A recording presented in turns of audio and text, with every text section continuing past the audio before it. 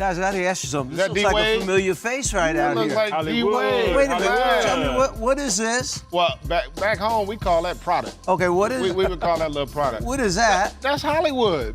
He's an A-list star. What is this right Now, here? that could be some Denny Terrio type. Uh-oh. You know, disco, but it's a good look. That's D-Wade. I ain't got nothing but love for D-Wade. D-Wade, no, this is the finals. You got to bring it. You can't come in there half-stepping. That's a clear path foul. Stu, is that a finable outfit right there? Oh, I love it. And that's a good way to come right out. 20-point deficit, but there's so much time left in the first half. You still got 5 minutes to go here. And what they've been doing great all series long is their ability to come out and get something out of timeouts on the sideline or the baseline. Durant into the corner for Klay. Good job by Kyrie to get out there. Kyrie getting physical with Curry. Off-ball contact there. Former net against former net. I tell you, he has just perfected his little mid-range. Does just enough with the size, and then Jefferson being bigger, but he's able to create some space with a little nudge there, and he is automatic with that shot. I'm going to get a dirty look from our researcher, Justin Nixon, if I don't give you this stat. The lead was 20 for Cleveland a moment ago. That's the 8th time all season that the Dubs have been down by 20 or more. 8 times all season. Steph didn't want to take it all the way to the rim, but it's put back in there by Draymond Green. And Draymond still fighting, still feisty, playing the high-level activity that he's going to have to, understanding there's a ton of time with his explosive offensively as this Warrior team is. Kyrie, crossover on Durant, up with the left hand. He is special. And, Coach, it may not, or Stu, it may not be orthodox in terms of lacking in the ball movement, but he's such a special scorer. But, Greg, I mean, it's one thing to be wind up one-on-one. That time they ran Klay Thompson off a screen. And, if they're having him negotiate screens while guarding Kyrie, I'm not mad at that. It fatigues him more, it gives him a little bit more options.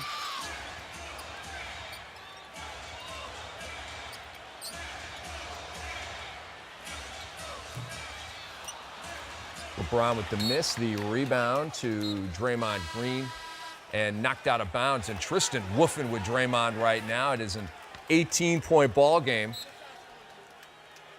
And if you can't beat him, clutch and grab him, right? And getting away with it, even though, but it also shows you how difficult in the finals, the intensity level, the physicality of it. You got to fight through that mentally, and we've seen Kyrie here tonight do just that. Well, he knows that he's on, obviously he feels that he's on this great roll right now. He understands that he and LeBron have carried this team in their best moments up to this point, but they've gotten some other contributions tonight. And that's the difference. They've been waiting for these other guys to step up a little bit. Tristan Thompson, number one. Now, Stu, let me ask you about Kyrie Irving. Games 1 and 2 in Golden State, he was 18 of 45 from the field. 18 of 45 and just 43 points. Obviously erupted for 38 in Game 3. And, just a sensational game here so far tonight. Where was this game from Kyrie Irving in those 2 games at Oracle Arena? Well, he was having some matchup problems, I felt, with Klay Thompson. But listen, all that doesn't matter. I mean, the key point in all of these series, whether it's the finals or earlier rounds, at any point you can get a shift in confidence of one player. And let's fast forward here now and say that, really fast forward, the Cavaliers win this game. It's going to be on the backs of LeBron and Kyrie. You don't think Kyrie's going to be a tough thing to handle in Game 5? I mean, he's gotten the confidence, in Game 3, and it's carried through to this game as well, and will continue if they're fortunate enough to win this game. Rick, I want to say this also. That's the benefit of watching video. It took them a game or 2 to figure out how they're playing me, what can I do, what can I get away with. The assistant coaches sitting down with him, working with him. They've made some adjustments. He's made adjustments to his game. And also, quite frankly, he missed shots that we've seen him make consistently. Some of that is also on him. And I've always said, look, the truly greats in this league, Durant, Curry, you talk about LeBron, Kyrie, nice offensive there on that backdoor cut from Steph and finding Livingston there. But a lot of times, no matter what you game plan and do, you're not going to stop those guys. They're not going to stop Durant. They're not going to stop LeBron. The question is, can you affect them enough to where you can win the basketball game? And that's what they did in games 1 and 2. Kevin Love with an ill-advised pass there. Probably should have taken that mid-range. Jay looking for Jefferson, and back come the Dubs. 3-ball can make this a 13-point game. Draymond with a terrible pass to Sean Livingston. But that was actually good defense, and that's not a smart foul by Klay Thompson. If you're not going to be able to wrap LeBron up, you can't allow him to get the shot off if you're going to take the foul.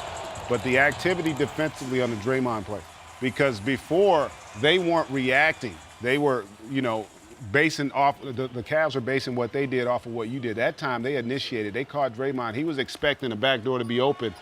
Defense anticipated well, forced a turnover. That was Kevin Love, by the way, who had 6 steals last game. Winds up with a steal, pitch ahead, and now you got a chance for the 3-point play. Foul number 3 on Klay Thompson. And Stu, it seems like every time as LeBron completes the 3-point play, every time Golden State gets a little something going and they get it to 14 or 13 to 11, Cleveland answers right back with a haymaker. Yeah, they do, but they answer back as a result of turning the basketball over. I mean, the Warriors right now approaching the 10 turnover mark, and it's not even halftime.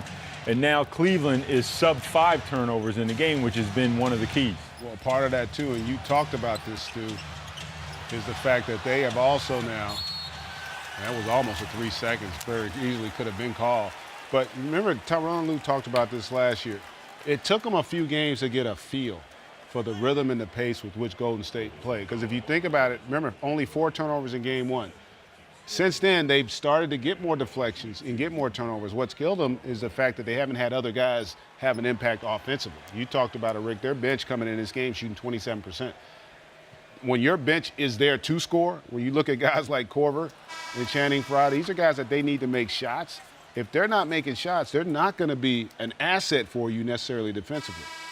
And the bench numbers for Cleveland were terrible, and the 3-point shooting numbers for Cleveland were bad as well. 11 of 31 in game 1, 8 of 29 in game 2, 12 of 44 in game 3. That's 31 of 104. That's 29.8%. They are above 60% from 3-point range in this game. So is Security.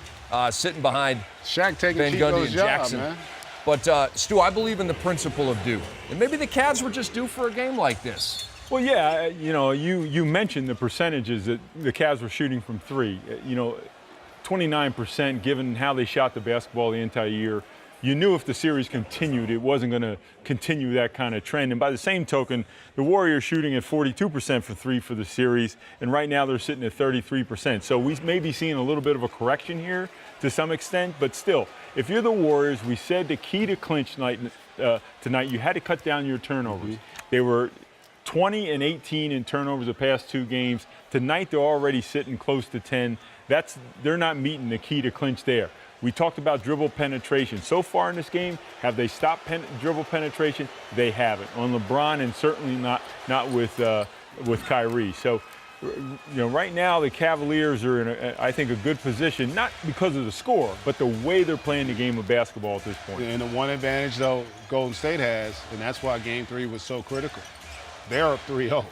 And so even if they don't have one of their better games and somehow end up losing this, they still have to feel good. You see LeBron knocking down Miller. They got 80 points in the first half. 80 points.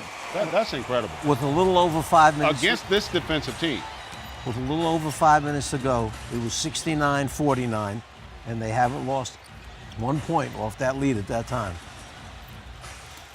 Livingston, no. Nice tap out by Draymond Green, and a run-over foul, Iman Shumpert on Iguodala. That 3 might have counted if Steph Curry knocks that down, because he was in the shooting motion there as that whistle was blown. That's a huge break in some respects for the Cavs. You see LeBron here, patience, and this is the area he has really improved his 3-point shooting, Stu, particularly here in the postseason. Yeah, I mean, over the years, he's become a much better standstill 3-point shooter at. LeBron James, 1 triple-double away from passing Magic for most triple-doubles in finals history. They are tied at 8 right now. And LeBron James not worried about notable historical statistics. He wants He's Game trying to get 5 to Monday Game 5. night. You hit it right on the head in his mind because, you can say what you want. Being up 3-1, again, we talked about it at the top. That's where they were last year, and everyone's, oh, you're not going to beat them 4 in a row. You're not trying to win 4 in a row. You're just trying to win a game. Every game you win puts you in a better spot, and you see Kyrie there with the finish.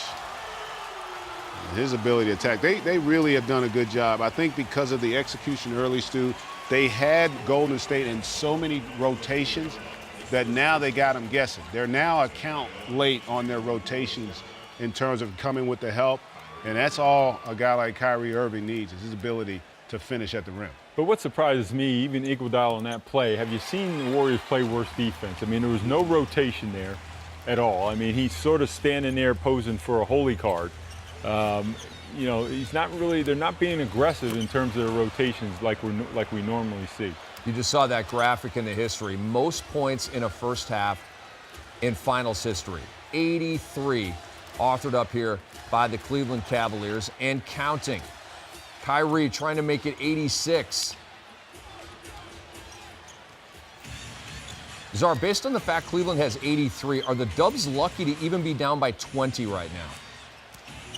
I don't know if it matters with this team because they're so explosive. They see a little dribble penetration, bounce pass, easy let. Do you notice how many bounce passes they throw? Mm-hmm. They throw so many bounce passes. The bounce passes almost become extinct in the league now. Everything is a lob to the rim, lob to the rim. Golden State throws bounce passes. And what is the advantage that creates? Well, it's not the norm any longer, and to me it's a much more effective pass than the lob pass is, which can go awry. A lot of things can happen bad with a lob pass. The bounce pass more solid, I think. The lead is 21 for Cleveland, and they extend their NBA Finals record for points and a half to 86. KD, he splashes it. I'll tell you what, he's the one guy who's consistently showed up here in this first half offensively. It's not like Golden State's been horrible. They got 68 points in the half. But they trail by 18 because the big three for Cleveland doing their thing in Game 4.